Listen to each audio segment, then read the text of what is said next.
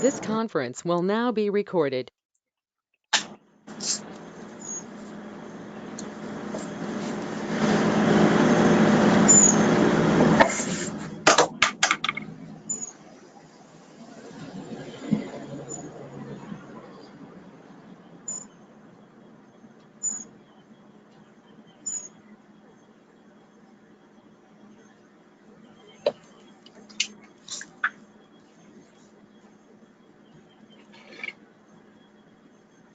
Wayne, you're muted. We can't hear you. Well, that was a great way to start the day. Well, first of all, folks, thank you very much. I want to thank you for participating in our sixth COVID-19 weekly conference call. For those of you who don't know who I am, I'm Wayne Mitchell, the President and CEO of the Nacogdoches County Chamber of Commerce. I want you to know that we're recording this call and members of the media have been invited to participate as well. I respectfully ask that everyone put their phones and their computers on mute until we're ready for questions. The Chamber has a wealth of information available on the Chamber website at www.nacogdoches.org. Please visit that resource page. I do want to let you know too that we have webinar links on the resource page as well to many of the webinars that are hosted by the CDC, the U.S. Chamber of Commerce, and the governor's office as well. So please feel free to visit those as well. The calls and the emails from business members continue to increase on a daily basis. Many expressing concerns here at the Chamber about the grant and stimulus process. Citizen calls often express concerns about the premature openings and the risks associated with that dynamic. We refer them to the appropriate resources on the Chamber website, the CDC, and local and state authorities. But I will tell you that two classes of calls that we typically get here. One are from business folks that express concerns about navigating the loan process.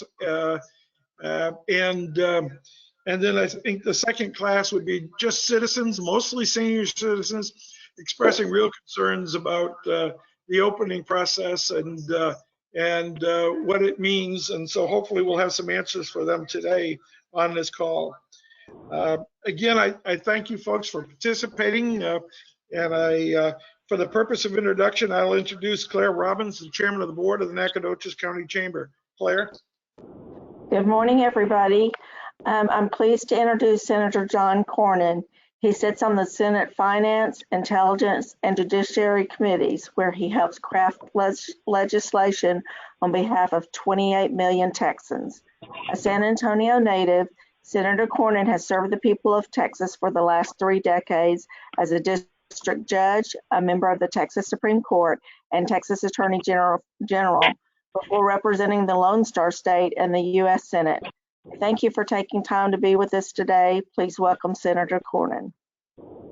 Thank you, Claire and Wayne. Appreciate all of you in Nacogdoches and with the Chamber and the chance to join you. This is how we all communicate and do business these days. It's over Skype and Zoom and webinars and things like this, and it's a new world we're living in.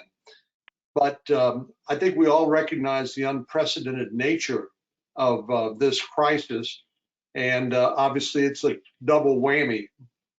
Part of it's a public health crisis, and the other part is the economic damage done as a result of the coronavirus. In Congress, we've been fast at work to try to bolster resources for our healthcare providers, the heroes on the front line who are fighting this virus and trying to protect the health of our citizens. But we also have been working to try to throw a lifeline to some of the individuals and the businesses that have been impacted. And I want to talk just briefly about that, and then I'll be glad to answer a few questions. First of all, we know our hospitals have been hit hard because they've been asked to forego elective surgery and sorts of things that help pay the bills in order to maintain some capacity in those hospitals, including their ICUs for coronavirus patients. In the meantime, we've all been told we need to do our part wash your hands and do the social distancing. But in the meantime, we need to make sure that our frontline hospital workers and doctors and nurses have the masks, gloves, and the other personal protective equipment so they can be safe while they are conducting the treatment for these patients. One of the lessons this virus is teaching us is not to be dependent on China, for example, for our supply chain for things like medical equipment, including personal protective equipment. But because this is a pandemic, there's literally a global race on and competition for the same masks and gloves that our healthcare workers and others need here. In addition to dealing with the healthcare aspects of it, we also have tried to help throw a lifeline to people who, through no fault of their own, have no income. Obviously, people work in bars, restaurants, hotels, and the like that have no demand for their services or can't open under the orders of the governor or local officials. And so we did, again, something unprecedented, and that is decide to send money directly to people who perhaps needed it the most because they didn't have any income. And so for a family of 4 with household income up to $150,000, they could receive up to $3,400. The first payments arrived a couple of weeks ago, deposited directly in bank accounts, but for Social Security recipients and others that didn't file a tax return, it's taken a little longer. But we're seeing an incredible amount of money go out the door and hopefully provide some bridge to these folks who've been hurt through no fault of their own to help them get through this crisis. Additionally, we bolstered unemployment insurance benefits and added a $600 a week in federal benefits on top of the state's portion. I know the Workforce Commission has been crushed by the number of applications and is working their way through that. The good news is once the application is approved, that it is retroactive to the date people lost their job. But obviously, these are just interim steps. And obviously, what we want to do is make sure our small businesses can survive and people have jobs to go back to once this virus is defeated. So the big program that we've all heard the most about is the Paycheck Protection Program through the Small Business Administration, which has now spent $350 billion in 2 weeks. And thanks to $320 billion more added to that, effective last Friday, those loans became available once again starting yesterday. These are low interest loans. The whole purpose of it is to encourage employers to the extent they possibly can to keep their payroll and to keep their employees on payroll. And if they do, then what is a low interest loan turns into a grant and provides 8 weeks of cash flow assistance to small businesses. I was just talking to a mutual friend of all of ours, a banker whose name I won't mention specifically, out in East Texas, who told me that this program has obviously been very popular, and he thinks it's despite the bumps and the snafus that you could expect in trying to start a new program like this, this big and this fast, that by and large he felt like it's been working as intended. Texas has been a primary beneficiary. We've seen nearly 135,000 loans and more than any other state. And the total of those is $28.5 billion. I mean, the numbers we're talking about are staggering, but so is the challenge that we are dealing with. So I've visited with a number of locally owned businesses there in Nacogdoches over the years, like Butcher Boys, and we have to make sure that businesses like that and others can weather this storm, and that's the purpose of that PPP program.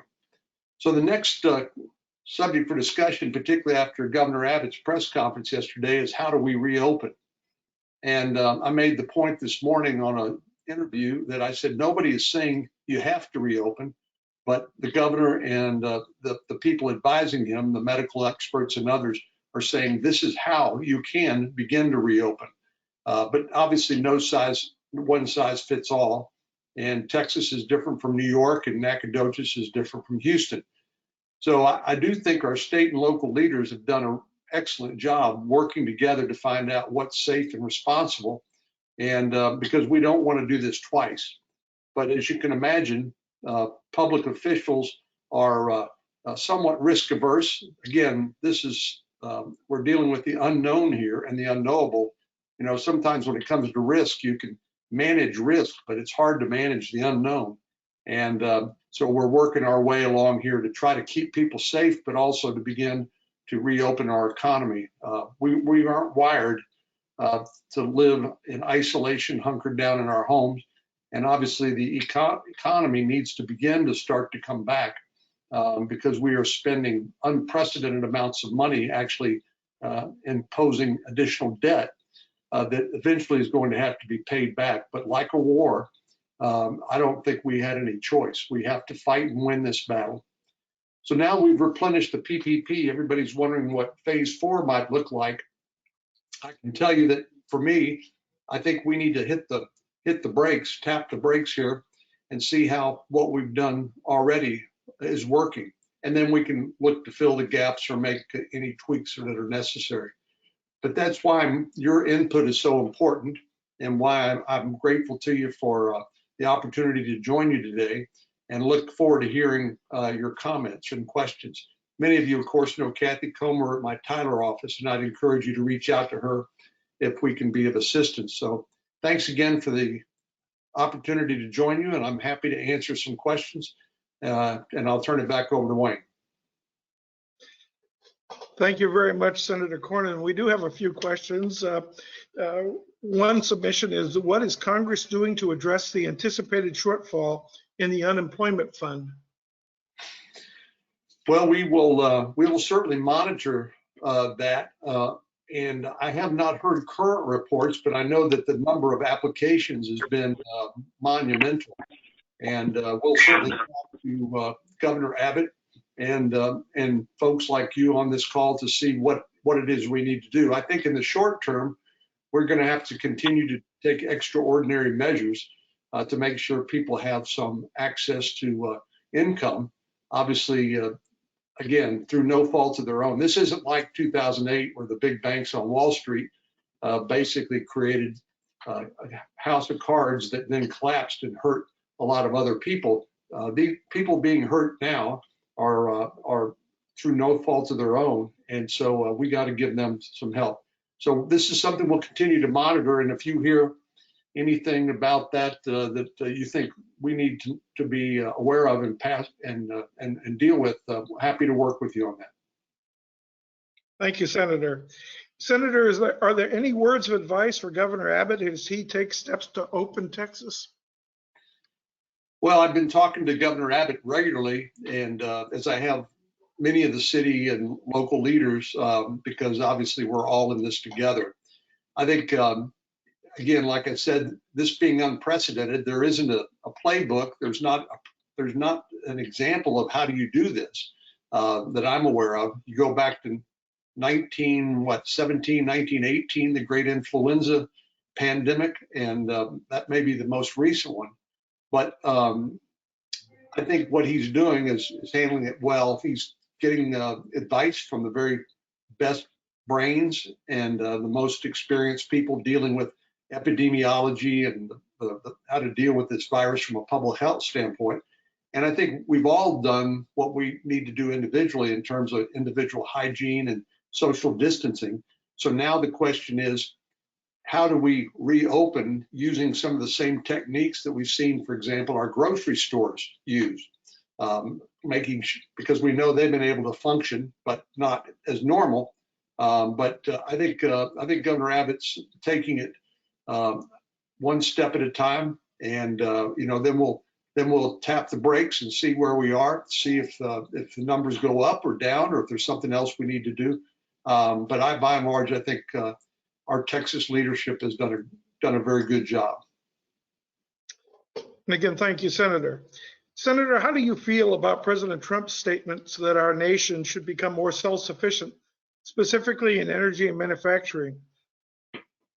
Well, I think we've seen, globalization has been touted for a long time, and this seems very theoretical. But then when you realize that our dependency on China for personal protective equipment or other medical necessities, things like pharmaceuticals, you begin to wonder, well, you know, when they got hit by the virus and had to shut down, that made it difficult, if not impossible, for them to supply us what we needed.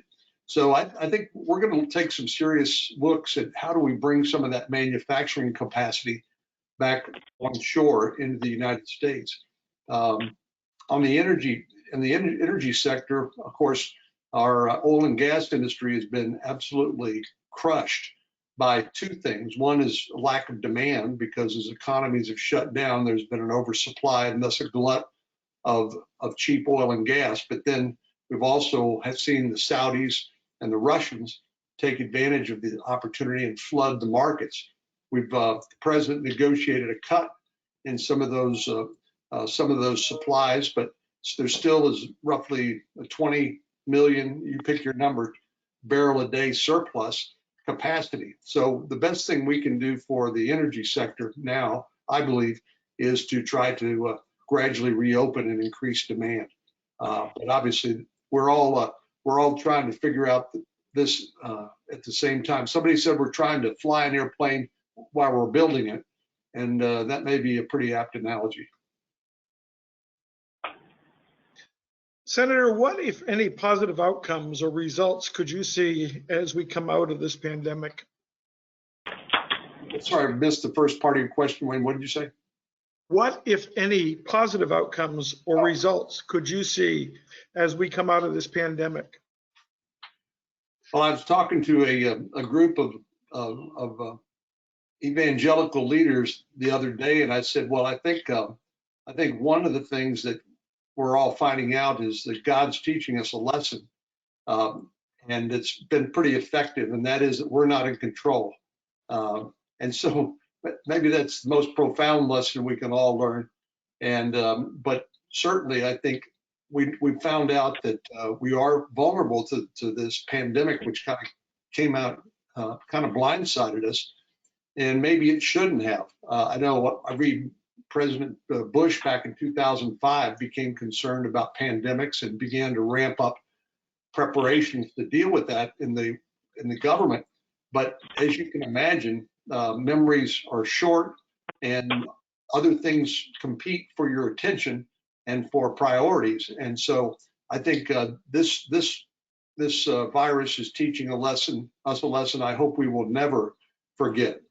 And that has to do with the source of this virus, and we have to pull together with our friends and allies and some of our adversaries to try to stop the spread of this pandemic, because everybody got hurt by it.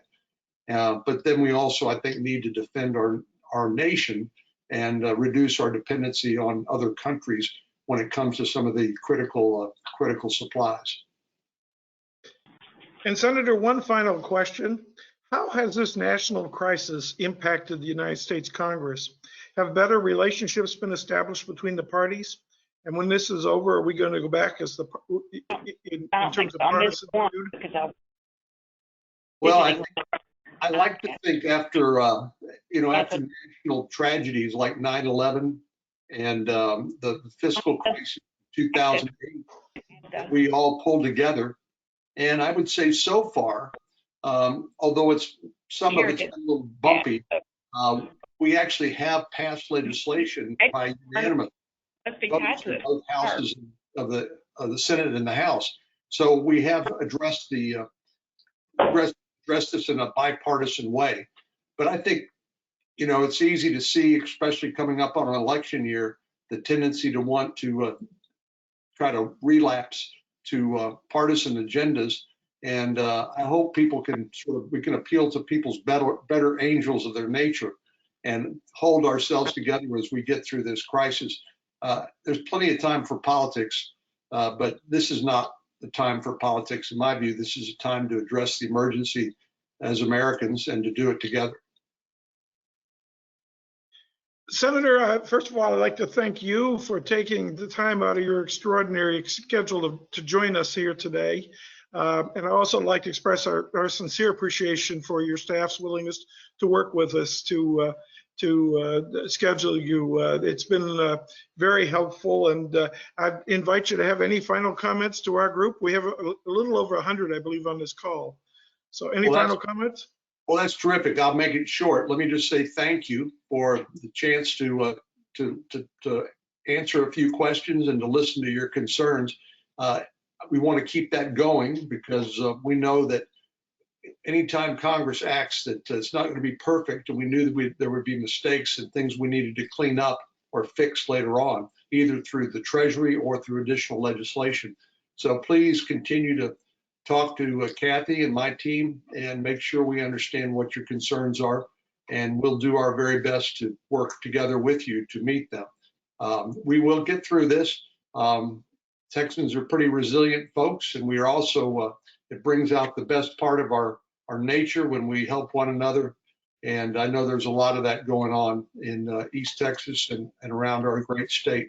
So thank you for your leadership, and thank you for the chance to join you today, and God bless all of you. And again, thank you, Senator, for all the extraordinary work you do on behalf of the Texans. And we wish you continued success as you represent our needs. Thank you, Senator. Wayne, before the senator jumps off, Senator Cornyn, this is Travis Clardy. Good to see you again. Travis, good to see you. Great seeing you. Hey, I hate to break in. I know we had questions submitted, but this came in late last night concerning our county hospital district and Nacogdoches Memorial Hospital. What's happened, several of the programs, Nacogdoches Memorial has been excluded.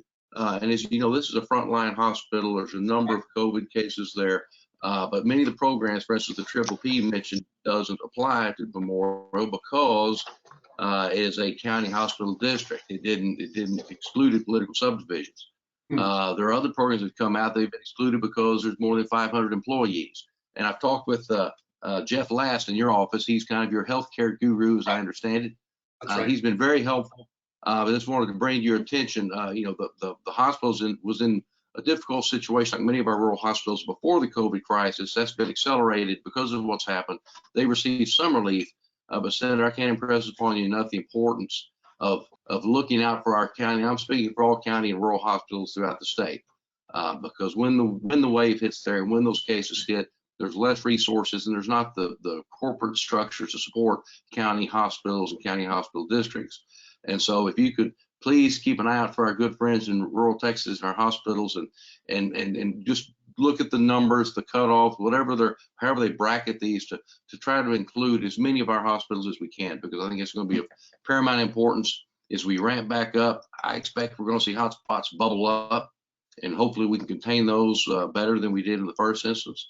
But still, I think that's going to happen more frequently in rural areas, and now would be the time to address that. I know you're fighting for us, working for us, appreciate all you do. Well, thanks, Travis. And I know the problem in rural healthcare is a chronic problem, and this just sort of exacerbated it. But when hospitals were asked to forego elective surgery, which is the way they end up paying the bills, obviously many hospitals have had to furlough their staff at a time we're going through a public health crisis. It just seems bizarre to me. But we'll continue to work with you and try to make sure that we keep our rural hospitals in mind. And if you all will stay in touch with Jeff Last and my team, we won't forget you, and we'll do our best. Right. Thanks, Senator. Take care now. Thank you again, Senator. Thank you, Representative Clardy, for that question. I appreciate that. We'll now transition to our section where we have the various reports from our stakeholders in town. In fairness to all of them, I will tell you that I've asked, in order to accommodate some extra time for Senator Cornyn, I've asked them to kind of abbreviate the reports. So we'll begin this morning with Sherry Chaney Morgan, our Executive Director of the Nacogdoches Convention and Visitors Bureau. Good morning, Sherry. Good morning, Wayne. Good morning, everybody.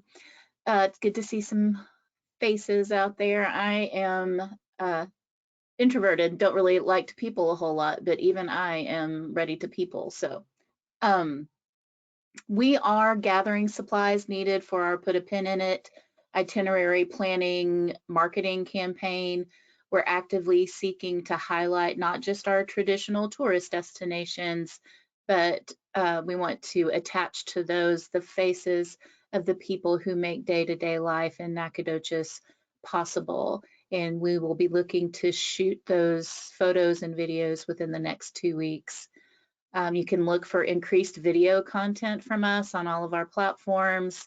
We're doing our best to highlight businesses, tell the stories behind the businesses, and also to highlight the value and importance of tourism to Nacogdoches as we move into May. And the first week of May is set aside annually to celebrate National Tourism Week. So you can look for increased video content from us.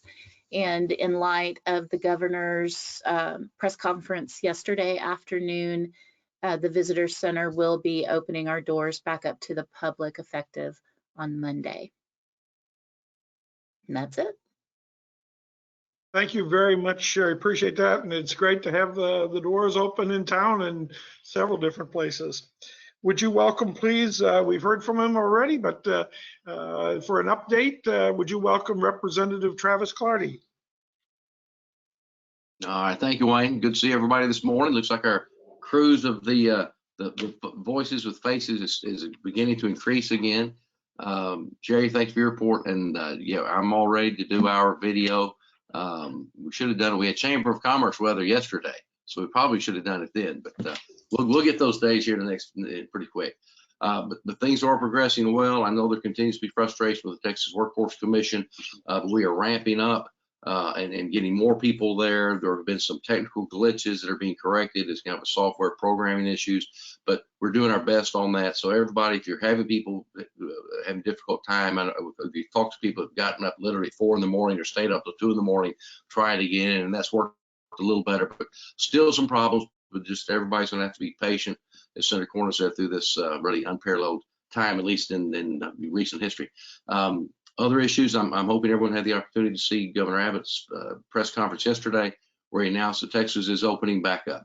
And there were several things in there. He painted with a broad brush. There is a long guide, but just like I talked about, it's difficult to get it online because of the demand of people trying to access it. But my office has copies of that. We do have it available. It's fairly detailed. And when I say detailed, about 65 pages of instructions of what you can, should, and shouldn't do. I think the governor and the state of Texas are trying to take an approach which is consistent with Texas and Texans, that let people make their own good decisions, provide some guides, but also make sure that it's uniform and consistent across the state. So we're trying to bring this up 25% at a time.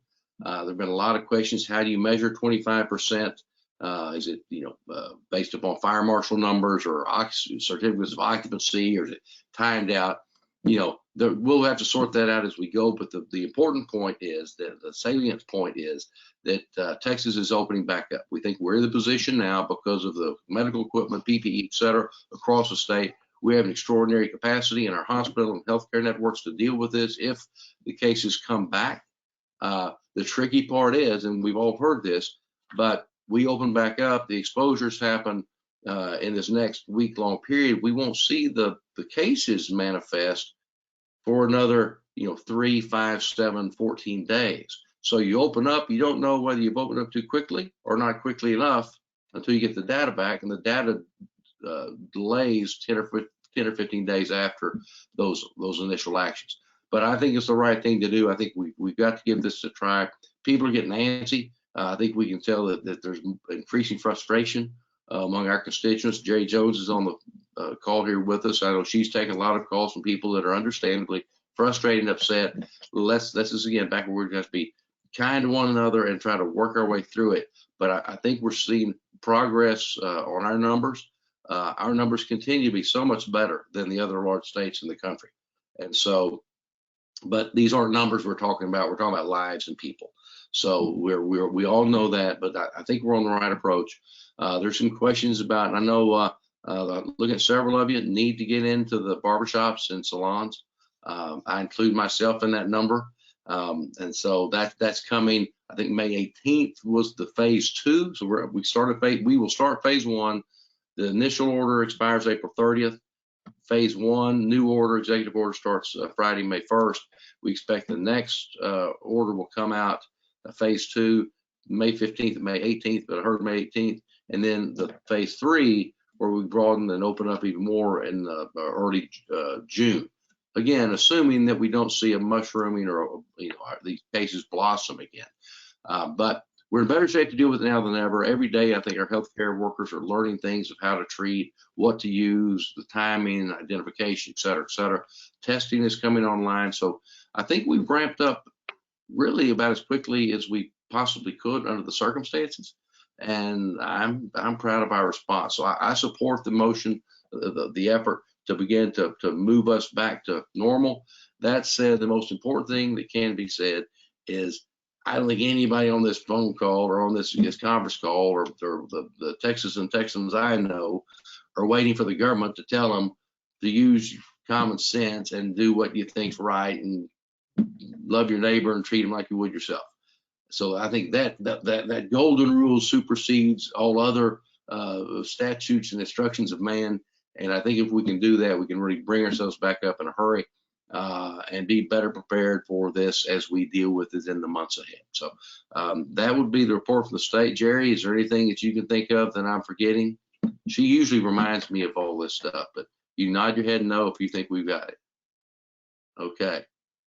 I guess we're good. Thank you very much, Representative Clardy. Appreciate that report. Senator Nichols, good morning.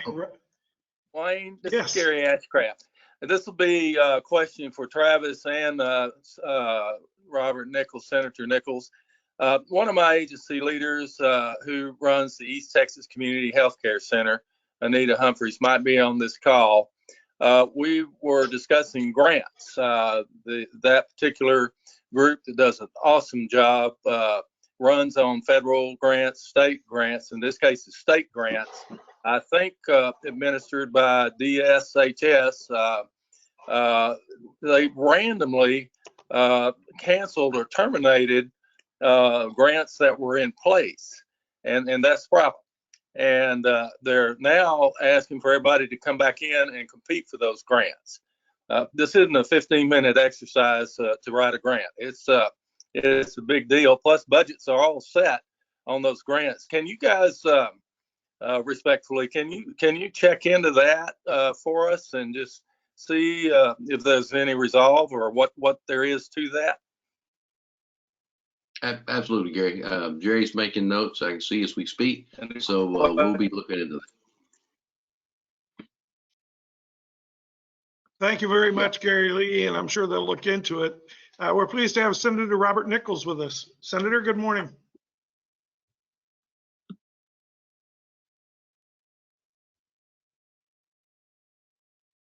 Maybe not. Well, the senator's not here. I'll go ahead and take all of his time.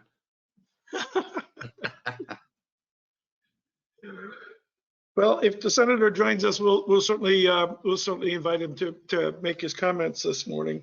Robert, I would like, Wayne, if I could though, something I have talked with the senator about, I did want to bring up, and just bear with me a couple of minutes. One is last week I met with the Health Human Services, the dishes people, and they were in town, met with Judge Sal and met with the hospital leaders, talked to them. I know there's been a lot of concern about the number of cases we've seen in Nacogdoches. We picked up another, I think, 12 or 14 last night, depending on where I look. I know that's causing some anxiety among people. And the question was for them last week and for us now is, why are we getting these numbers? I'll be joining a call from the Jacksonville Chamber of Commerce here at 11:30. And by comparison, Cherokee County has, I think, 12 or 14 reported cases total compared to our nearly 140. And we're separated by the Angelina River, and so very similar sizes, et cetera. And there are reasons for this. They are working on this from an epidemiological standpoint as fast as they can. I do not think this is some problem endemic to Nacogdoches. I think it's a factor of we're being more aggressive in testing. There have been some hotspots. So, but I'm very comforted by the response of our hospitals and the SFA. And Dr. Gordon, thanks again with the School of Nursing and the work there. But that's come along well. The other thing I'll mention, I'm going to talk about with the Jacksonville Chamber is the effect of the oil and gas the bust we have hit and the effect on our budget. No news here. I know that's one thing that keeps, for folks that have been around Texas for a while, we all kind of keep up with the price of the barrel of oil and know that that has a very direct and direct impact on everybody that works and breathes in Texas. So numbers, dates to look at, end of this month, we will see that the June commodity contracts, again, they'll start to devalue. We'll see where that comes out at the end of April. And then the other date, though, I think we ought to be looking at that I think would warrant a special program is we're going to get the July 1, we'll get the estimates from Comptroller Hager for what the budget's going to look like. His projections, you know, Comptroller collects the taxes and he also gives us budget projections. He's going to revise and update those as of July 1. And so, you know, we're all going to be looking anxiously towards that, but it's going to have an effect on all governments, but particularly the state of Texas. We don't own printing presses like our friends in Washington, D.C. We can't create money out of thin air. There's no Rumpelstiltskin in Austin. So we are going to have to get by with the revenues that come in. And we expect those to be dramatically reduced. So that's going to have an effect on all of us, but we'll deal with that later. Just want to let you know those are kind of some key dates for us to think about. So thank you. Thank you very much, Representative Clardy. Appreciate that. And I don't think the senator has joined us. So we'll move on. Several people have referenced the governor's report to Open Texas. Larissa has posted it on the chat section of this call. And in addition, you can go to the Chamber's website to the COVID recovery section, and you'll see a complete copy, volume of that report as well.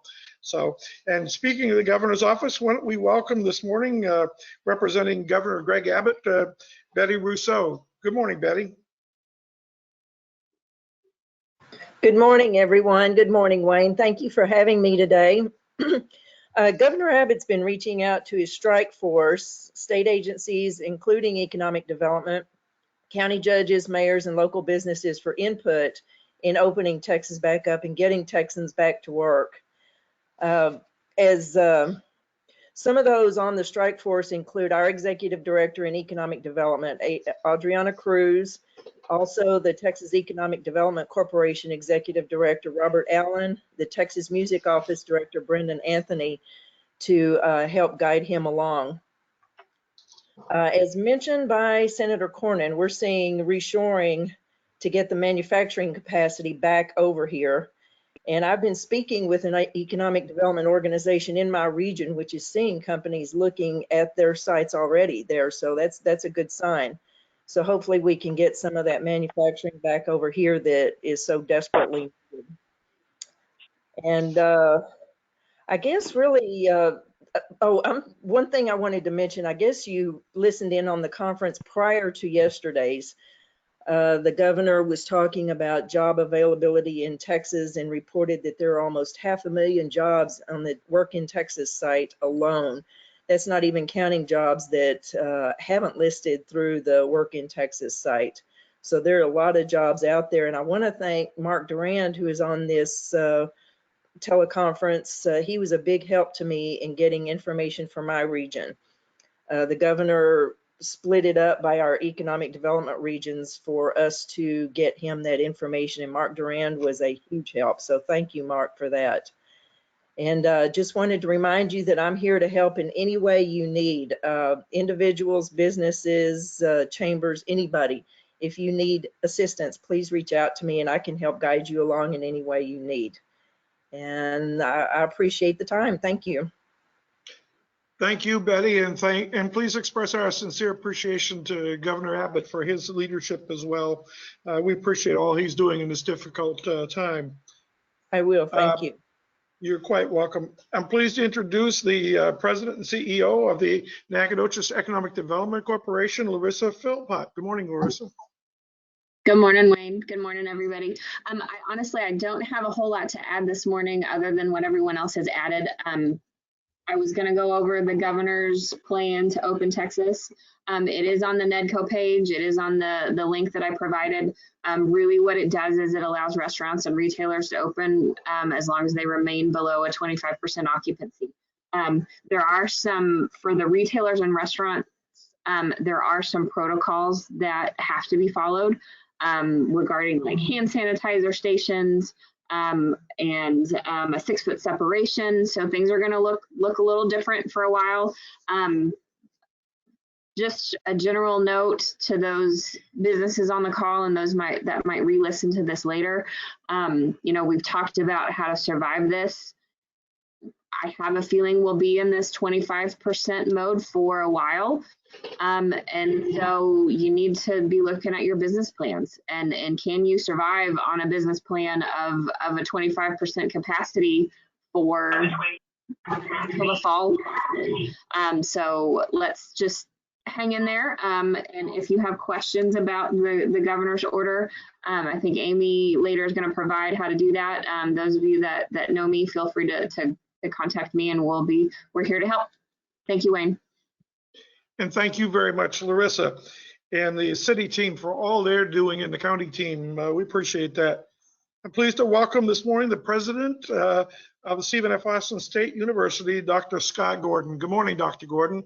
Good morning, Wayne from Maine. Hope everybody's doing well. And so if you look on our SFA webpage, the COVID-19 link will provide more details about what I'm going to speak on today.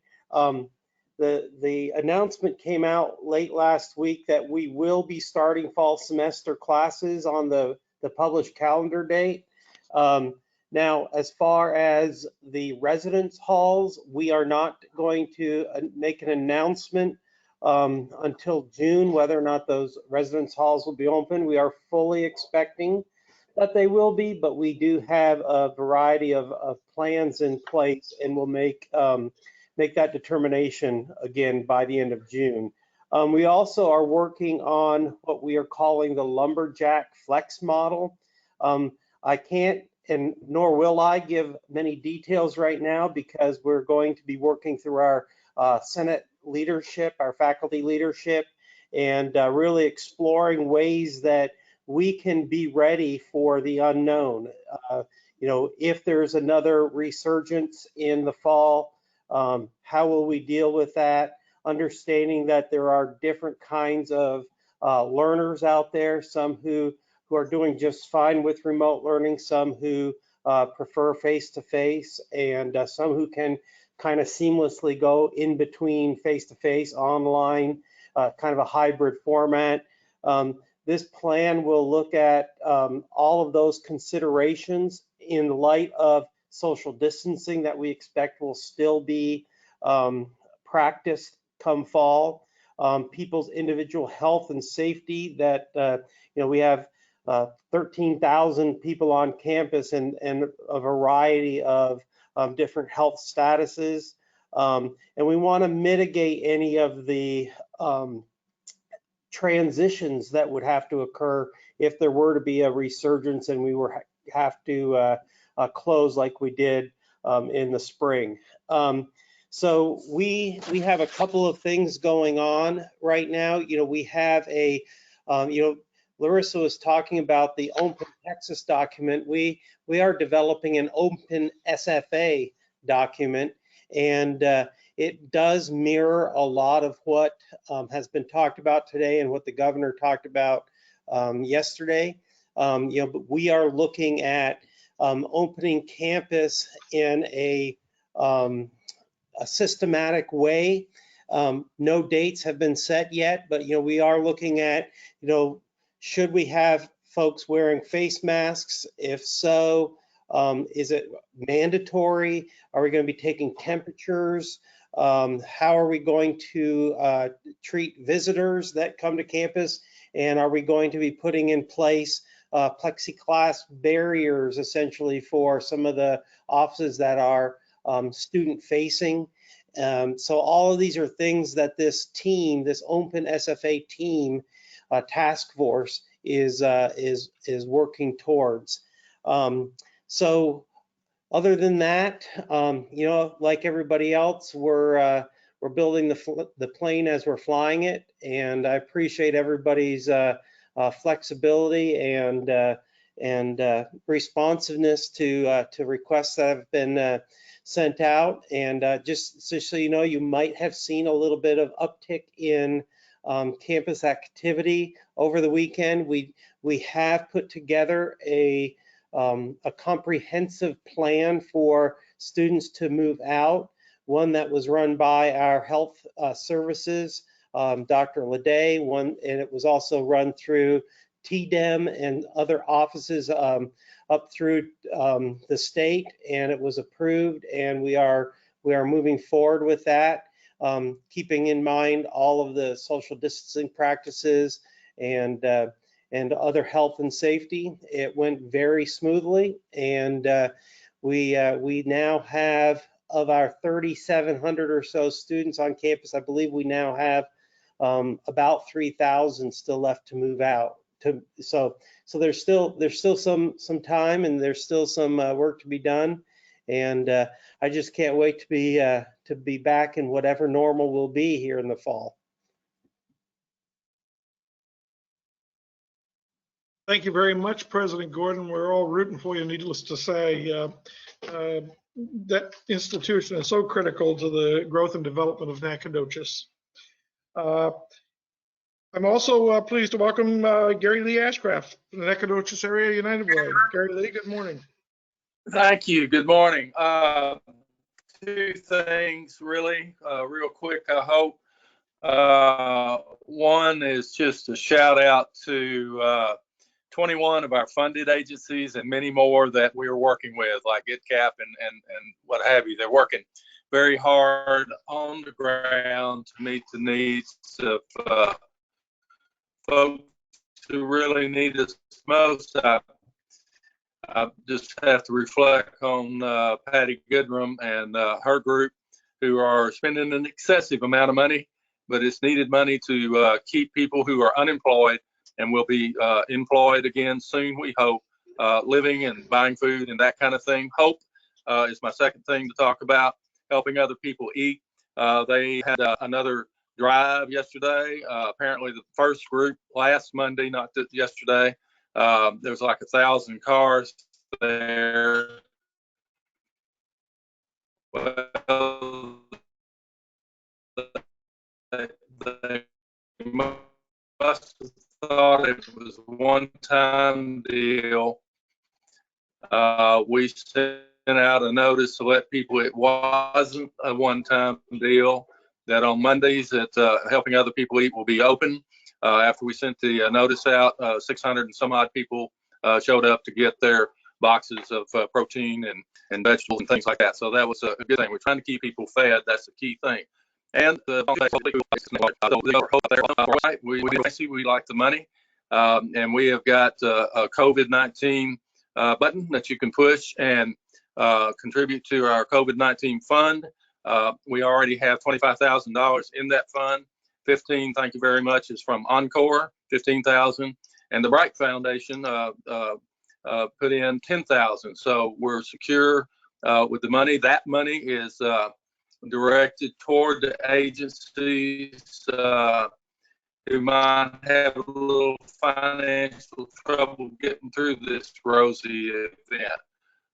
So if one of the agencies runs out, they know to call us, and we will do what we can. We have a system for allocating, and we'll put in some money, kind of a shortstop loan, not loan, gift, grant to help those agencies continue on with their mission. And that completes my report. Thank you, Gary Lee. I appreciate that. The Angelina College SBDC Director, would you please welcome Larry Cain, please?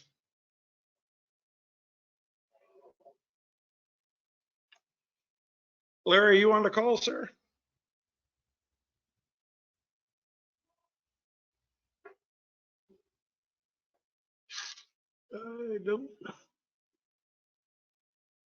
We don't hear you, Larry. Just check your microphone, please.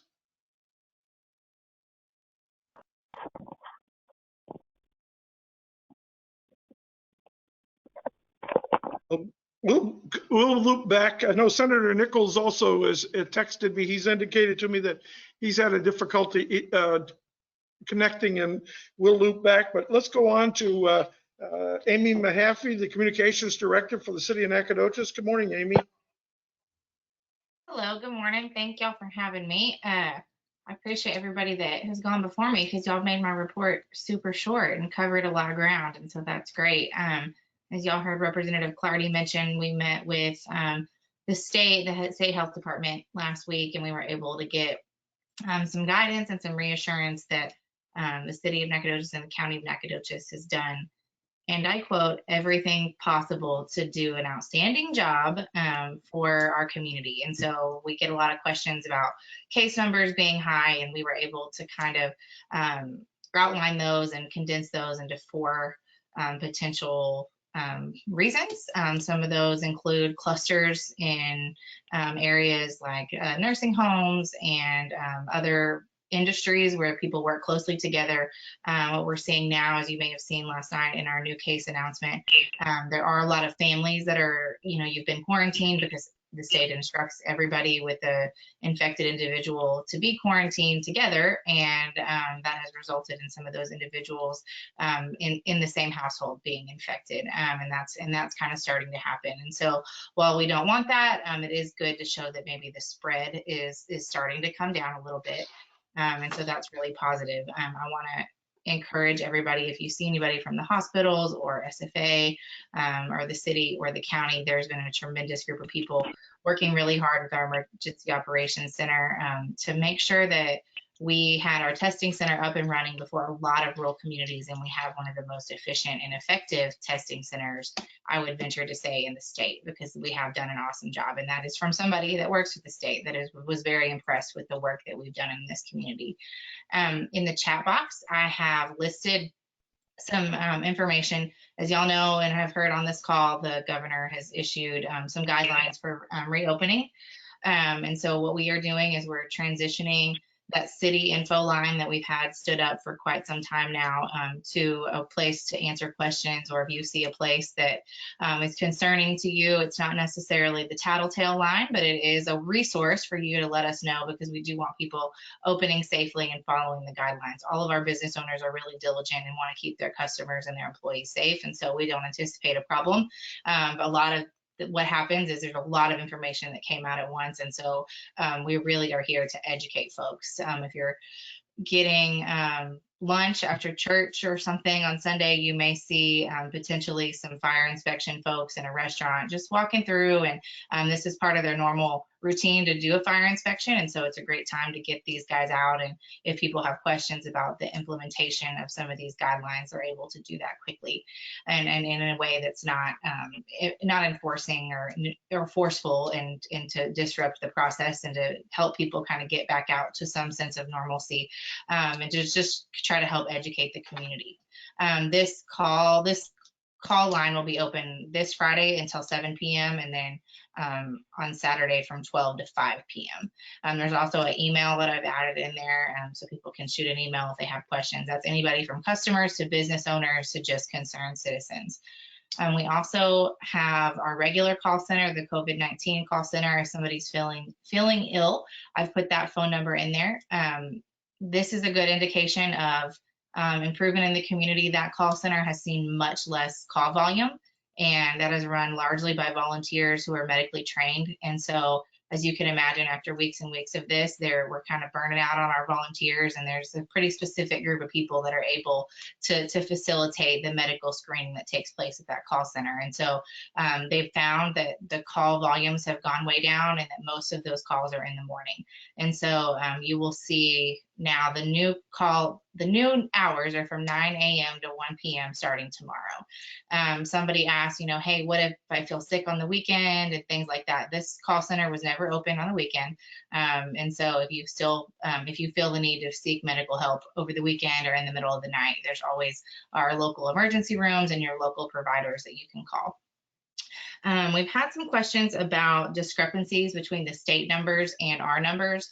I'm just going to quickly go through that process and what that looks like, because that's one of the topics that I think is interesting to folks. And I already talked fast, so I'll try to talk a little bit faster just to kind of cover some ground here. But we typically get our call in from the state, And the illustration I've been using is they're calling us on one hand, and then on the other hand, they're calling the patient to conduct what we call a contact investigation.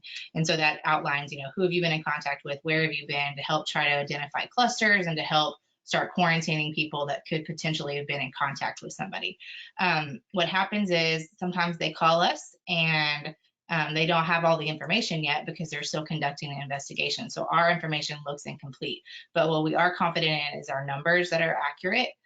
So sometimes you'll see a spike in the folks that are at home that are watching the state website. You'll see a spike in their case numbers. In the case of last night, we had addresses that we verify addresses. So they call us, they tell us a case, we get an address, and we flag that address for first responders should they need to visit that home. What happens then, like we saw last night, is sometimes there is a case that's actually in another county, or that may have been tested here and there was just some misinformation, or they tried to count somebody twice last night and we found, oh, we've already counted that case, that's the same person, we don't need that number. And so we were able to correct them from the local level to the state. And so you'll see the news and some other folks reporting quick numbers that they've pulled off of the dashboard, but I know these case counts are really important to some people. And we want to make sure that we're still providing that very accurate information. I also have one last announcement. When this all kind of started after spring break, we closed city facilities. We were still operating at the greatest capacity possible in terms of permitting and things like that. But we are going to be opening City Hall and a few other of our public buildings next Monday. And so if you are somebody who likes to pay your water bill in person, we will be able to do that again. There will be a few exceptions. For example, our rec center and our library and a few places like that don't make sense right now, or maybe ordered by the governor to stay closed, will be closed, but we will be sending out information about that soon as well. So if you have no questions, I will sign off. Thank you very much, Amy. And I want to thank you and Anna for the great job you guys are doing on the communications and keeping us informed about what's going on here in Nacogdoches. It's very helpful when we get our questions. Representing the NISD, the Nacogdoches Independent School District, I believe we have Les Linebarger with us. We also may have the brand new superintendent, Dr. Gabriel Trujillo. Good morning, Les and Dr. Trujillo. Good morning, Wayne. And yes, our new superintendent, Dr. Trujillo, is on this conference call this morning. Hello, hello. How's everybody doing? Good to see you, sir. Good to meet everybody. You know, it's amazing to hear all the tremendous things that was shared right before I came on. And, you know, we don't have to be great all the time. We just have to be great at the right time. And boy, everybody's being great at the right time right now. It's tremendous. One thing I'll echo what President Scott mentioned is a lot of the same measures that he's looking at for his staff and his students are the same things that we're going to be looking at as well. But one thing that's going to happen that's pretty exciting. We all know an educator somewhere in this Texas. We may even have some in our families, but we do have our very best here in Nacogdoches. And I want us to keep in mind, this next week is Teacher Appreciation Week.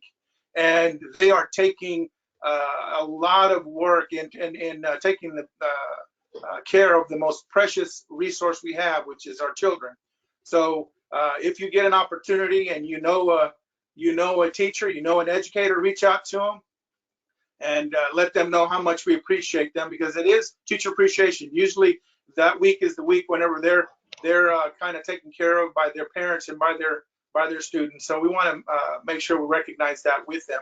One of the big things that we're working on in our team and finalizing is celebrating our graduates that will be coming in this year. That's a very important process, and we're not taking it lightly.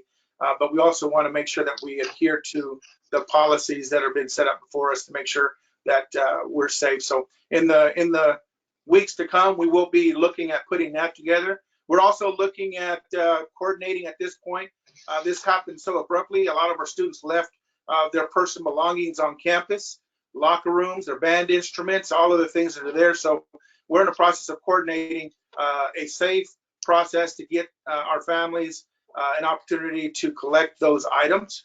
as well as our teachers. So those are the exciting things that we're doing, as well as maintaining the academic rigor. But the one thing that we are constantly reminding ourselves is to take care of each other. Our teachers to reach out and talk to each other, make sure they can check on their emotional well-being of each other, and also the emotional well-being of our kids and families, because our families are finding, I've heard it repeatedly, our families are finding a greater appreciation for that teacher. And that's a tremendous testament to the folks that we have here in Nacogdoches. So wanted to bring that up for our folks. Les, do you have anything else you need to add? Just that, our distance learning efforts are still ongoing. That's going to go ahead and run through the end of our academic year, which is May 28. And then our student nutrition curbside meal pickup will continue as well. And that's on Mondays and Wednesdays. Those locations and the schedule can be found on our website at nacisd.org. That's all I've got. Well, first of all, again, welcome to Nacogdoches, Dr. Trujillo. We're delighted to have you here with us, and I look forward to a face-to-face meeting in the near future. And Les, yes, thanks sir. again for your report. You're welcome. I also want to take this moment. I believe that Senator Nichols may have been able to join us. Senator, are you online?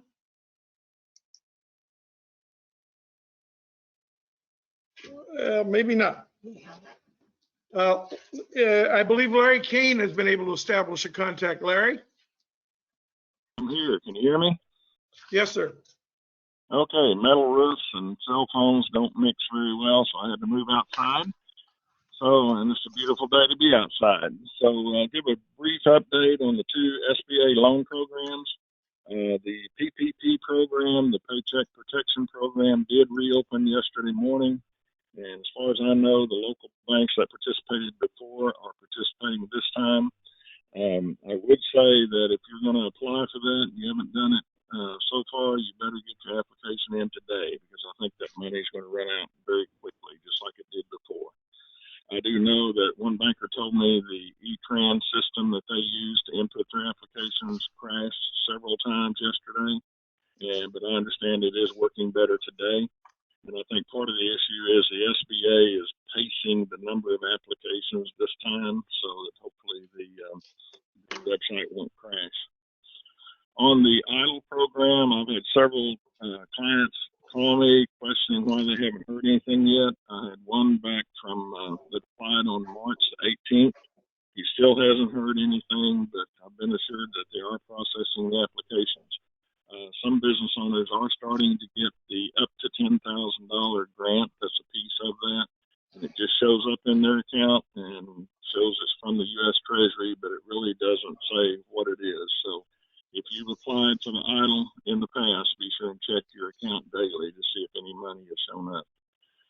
One change that they did this time is that farmers and ranchers are eligible to apply for the EIDL. And that's good news for the agricultural industry, because they're obviously suffering at this time. So once the EIDL application process opens up, which is not done yet, I checked right before this call, and they're still not accepting applications. And the SBA is not giving us any guidance on when that might be, but hopefully it'll be soon. That's all I have, Wayne, so I appreciate the time. Thank you. Larry, thank you, and thank you for all you're doing there at the SBDC.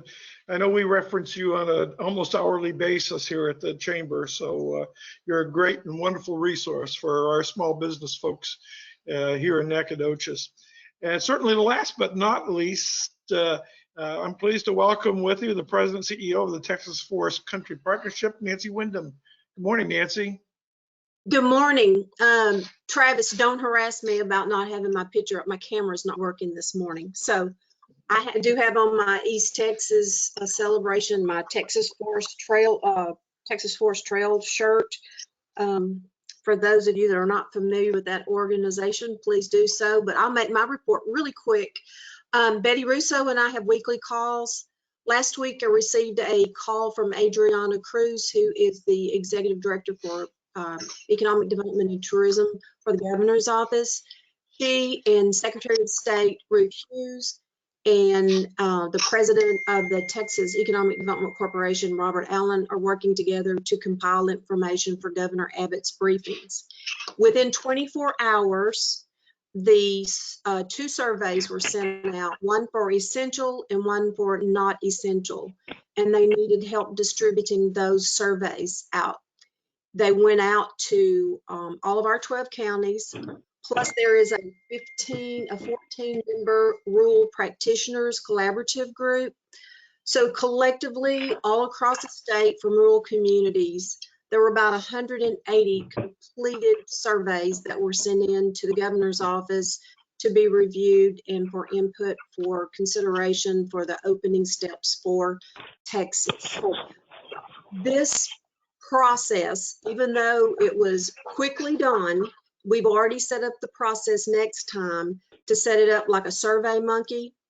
But we are also finding that in our rural areas, most of the businesses that needed to make the input, their stores were closed. So we even had a county judge that printed it out and hand delivered it to their home so they would have input to go back into the governor's office.